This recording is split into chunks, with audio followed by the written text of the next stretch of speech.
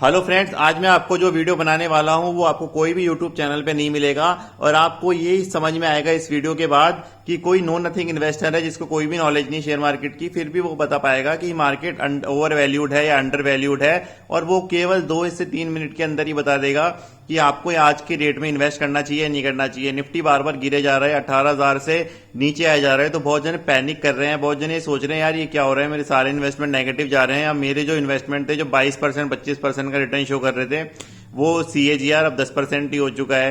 तो आपको मैं इजीली आपको समझा पाऊंगा, बहुत ही इजीली, कि आपको खुद ही कैलकुलेट कर पाएंगे, ना आपको कोई टीवी देखने की जरूरत है, ना आपको कोई बहुत ज्यादा टाइम इन्वेस्ट करने की जरूरत है। अगर 3 से 6 महीने में आप एक बार अपना रिव्यू कर लेंगे, 2-3 मिनट आप स्पेंड कर लेंगे, तो आपको पता लग जाएगा कि आपको लाइफ में करना क्या है इन्वेस्टमेंट के डिसीजन पे।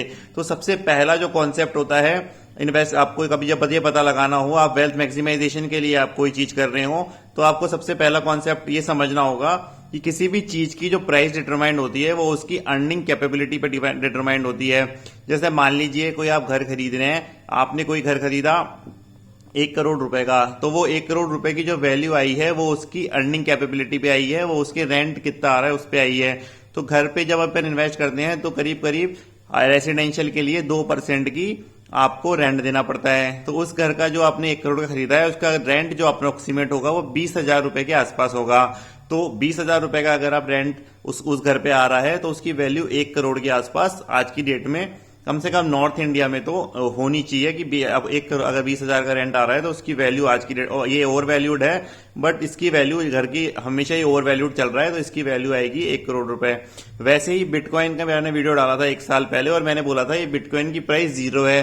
तो बिटकॉइन की प्राइस 0 इसलिए है क्योंकि बिटकॉइन की कोई अर्निंग ही नहीं है। अगर मान लीजिए गवर्नमेंट कल को बैन कर देती है बिटकॉइन, तो वो बिटकॉइन का कोई ना तो कोई दिखता है ना कुछ है, ना उसका कोई मैं यूज नहीं कर पाऊंगा। तो जैसे मान लीजिए पेन 10 रुपए का है, तो अगर इसको मैं 10 रुपए में बेच भी नहीं पाऊंगा तो मैं इससे लिख लूंगा, इसकी एक इंट्रिंसिक वैल्यू है कि इसलिए मेरे काम आ जाएगा। वैसे कोई वैल्यू नहीं है बिटकॉइन की, तो इसकी बिटकॉइन की वैल्यू 0 ही है। अगर आपको ऐसा लग रहा है कि 60,000 डॉलर से आपको 18,000 में मिल रहा है, अब करीब करीब 50% 60% का फॉल हो चुका है, तो अब ये सस्ता है, तो आपको ये भी गलतफहमी है, इसकी वैल्यू 0 ही है। हो सकता है ये और ऊपर जाके नीचे जाए, ये अल्टीमेटली आपको 0 हो जाएगा। तो दूसरा आपको कॉन्सेप्ट में समझाने की कोशिश करूंगा कि आज की जो निफ्टी की वैल्यू है वो 15,300 रुपए है, ठीक है। तो आपको एक सबसे पहले कॉन्सेप्ट आपको ये पता लगाना पड़ेगा कि 15,300 जो है क्या वो एक्सपेंसिव है क्या। सबसे पहले तो आपको ये पता लगाना पड़ेगा कि आज मैं अगर 100 रुपए इन्वेस्ट करूंगा सेंसेक्स निफ्टी में, 15,300 में निफ्टी की बात कर लेते हैं, 15,300 में अगर मैं निफ्टी में इन्वेस्ट करूंगा तो क्या इसकी जो 15,300 वैल्यू है ये 17-18 होनी चाहिए, या फिर ये 10,000 की वैल्यू तो नहीं है कहीं कि 15,300 का सामान खरीद लूं और इसकी जो वैल्यू है वो तो 10,000 रुपए ही मिल रही है मुझे। तो इसके लिए मुझे क्या करना पड़ेगा, सबसे इजी तरीका है वॉरेन बफे इंडिकेटर। अब वॉरेन बफे इंडिकेटर का मतलब क्या होता है, मार्केट कैप को मैं डिवाइड कर दूंगा GDP से, तो मेरे को ये पता लग जाएगा कि मार्केट ओवर वैल्यूड है या अंडर वैल्यूड है। अब मार्केट कैप बाय GDP में आपको एक एक्सेल में दिखा देता हूं, 2 मिनट लगेंगे बस।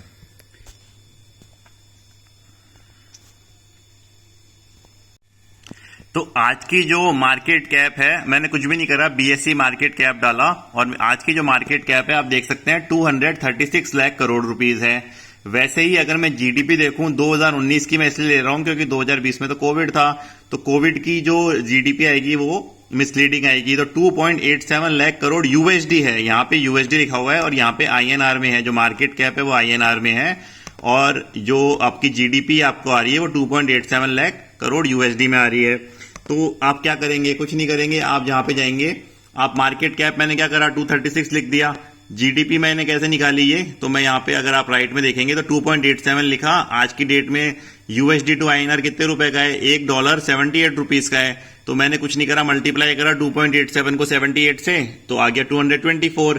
फिर मैंने ये माना कि इंडिया की जो नॉर्मल GDP ग्रोथ होती है वो 8% होती है, तो 8% की जो अगर GDP ग्रोथ होगी तो मैंने 224 पे 8% ले लिया, 242 GDP आ गई 2020 की, और 2021 की GDP आ गई 261 नॉर्मल कंडीशन में विदाउट कोविड। अगर कोविड नहीं होता तो आज की जो GDP होती वो 261 लाख करोड़ के आसपास होती।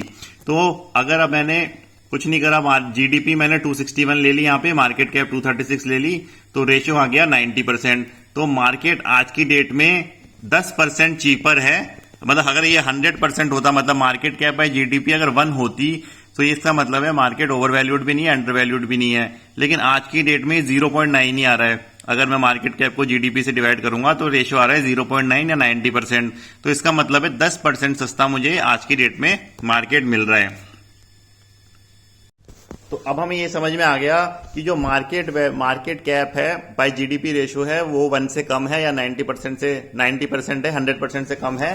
तो इसका मतलब है कि जो अपना मार्केट अभी की जो 15,300 की वैल्यू है वो 10% सस्ता है। तो आज की डेट में अगर मैं इन्वेस्ट कर रहा हूं तो मैं ठीक डिसीजन ले रहा हूं। हो सकता है 15,300 12,000 जाके ऊपर जाए, या फिर हो सकता है ये अभी के भी ऊपर चले जाए। ये हम प्रिडिक्ट नहीं कर सकते, ना मैं कर सकता हूं ना कोई और कर सकता है। बट ये सस्ता है, ये अपन को आराम से पता लगा लिया। 2 मिनट लगे, कुछ नहीं करा, मार्केट कैप और जीडीपी ले लिया। इसका अगर आपको डिटेल वीडियो चाहिए वो भी मैंने बना रखा है। अगर आप निफ्टी प्रिडिक्शन डालेंगे मेरे वीडियोज में तो आपको 10 मिनट का एक वीडियो मिल जाएगा जिसमें आप और अच्छे से इसको समझ पाएंगे अगर आपको समझना है तो। अब दूसरा कॉन्सेप्ट मैं सबको समझाता हूं कि चलो ये पता लग गया कि यार अब मार्केट कैप बाय जीडीपी सस्ती है, ठीक है। अगर अब मुझे इन्वेस्ट करना है, इन्वेस्टमेंट करोगे तो 7 से 10 साल का करोगे। तो 7 से 10 साल के पीरियड में अगर मैं इन्वेस्टमेंट करना चाहता हूं तो मेरी क्या वैल्यू निकलेगी, क्या होगा, तो ये भी देख लेते हैं। तो इसके लिए क्या करना पड़ेगा, निफ्टी 15,300 रुपए का है। पी रेशियो आज की डेट में 18.9 का। कुछ नहीं करना, गूगल पे डालना है कि पी रेशियो कितना है। गूगल पे पी रेशियो भी मत डालिए, डायरेक्ट डाल दीजिए निफ्टी का ईपीएस क्या है आज की डेट का। तो 809 का ईपीएस है, और 809 का ईपीएस पे 15,300 की प्राइस पे 809 का ईपीएस है। तो इसका, और 15,300 की प्राइस क्या है, अंडर वैल्यूड है। तो भी मैं इसको इग्नोर कर देता हूं कि 10% मैं इस ईपीएस पे नहीं बढ़ा रहा।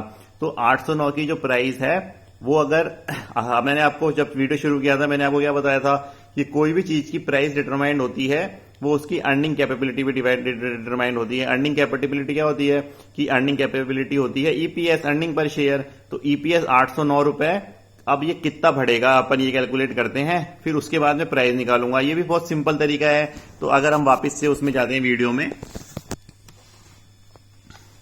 तो अगर आप देखेंगे कि अगर मैंने ये ले लिया, ईपीएस ले लिया निफ्टी का, अब मैंने क्या करा, निफ्टी ले लिया 15,300 रुपए, ईपीएस ले लिया आज की डेट में 809 रुपए, पीई रेशियो 18.9।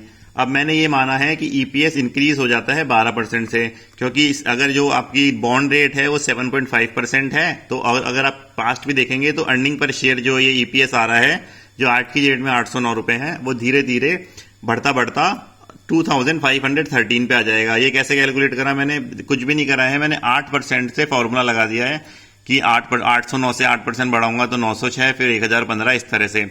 और ये मैंने पी रेशियो 22 क्यों लिया है, पी रेशियो 22 मैंने इसलिए लिया है कि आज जून 2022 में पी रेशियो चल रहा है 18.9।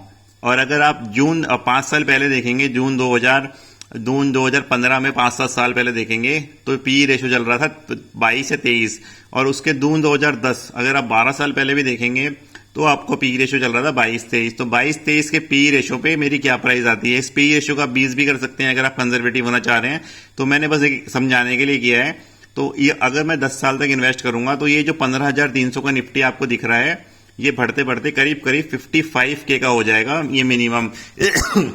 तो आपको, अगर आपने मान लीजिए आज की डेट में 10 लाख रुपीज इन्वेस्ट कर रखे हैं तो ये बढ़ के हो जाएंगे करीब करीब 36 लाख रुपीज 2032 तक।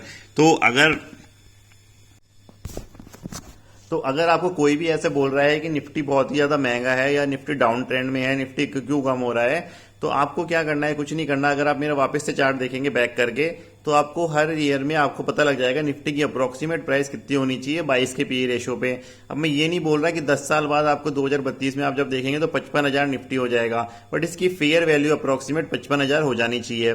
तो 55,000 की जो फेयर वैल्यू है वो हो सकता है 7 साल में आ जाए, जरूरी थोड़ी ना है। कभी कभी पी रेशियो 30 भी हो जाता है। अगर कभी कभी होता है अर्निंग 8% से मैंने एवरेज ली है, मतलब 12% से एवरेज ली है। कभी कभी किसी किसी ईयर में अर्निंग ज्यादा भी तेजी से बढ़ जाती है, जैसे कोविड में एकदम से अर्निंग कम हो गई फिर नेक्स्ट ईयर में एकदम से ज्यादा हो गई, तो उस तरह से भी हो जाता है। तो अर्निंग इनटू पी रेशियो अपनी प्राइस आ जाती है निफ्टी की।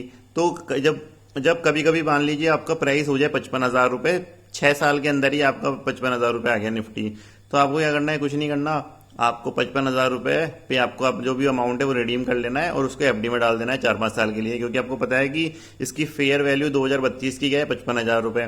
तो 55,000 पहले ही आपका अचीव हो जाए तो आपको कुछ नहीं करना, फिक्स डिपॉजिट में डाल देना है, अपने पास कैश में रख लेना है या बैंक में रख लेना है, सेविंग बैंक में रख लेना है। अगर आपको मान लीजिए कि इस चार्ट के अकॉर्डिंग अगर सस्ता मिल रहा है निफ्टी, आप देख लीजिए कि 8% के 12% के ईपीएस पे कितना प्राइस है जो उस चार्ट को बैक करके।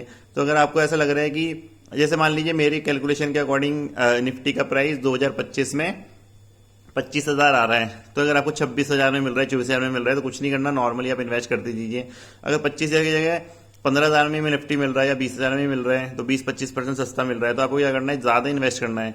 25,000 की जगह 30,000 में मिल रहा है, तो आपको क्या करना है, या तो कम इन्वेस्ट करना है या फिर इन्वेस्ट ही नहीं करना है, आपको थोड़ा होल्ड करना है, आपको जो कैश में रहना है। तो जैसे ही आपको निफ्टी थोड़ा सा सस्ता मिलने लग जाए तो आपको ज्यादा अमाउंट डाल दीजिएगा, और जैसे आपको निफ्टी कम इन्वेस्ट करना है, अगर आप और आपको कुछ भी दिमाग नहीं लगाना है, तो मैं हमेशा बोलता हूँ निफ्टी को एसआईपी कराती है जी हर महीने सेम अमाउंट की। तो आपको ऑटोमेटिकली अगर निफ्टी एक्सपेंसिव होगा या कम महंगा होगा या सस्ता होगा, ऑटोमेटिक बैलेंस हो जाएगा। अगर आपको थोड़ा वेल्थ मैक्सिमाइजेशन ज्यादा करना है थोड़ा, तो ये छोटी मोटी कैलकुलेशन आपको करनी पड़ेगी। आपको कुछ इसमें कॉन्सेप्चुअली और क्लियरिटी चाहिए तो आप मुझे कमेंट सेक्शन में डाल दीजिएगा, ताकि मैं इसको और बेटर एक्सप्लेन कर पाऊंगा आपकी कमेंट के बेसिस पे। Thank you.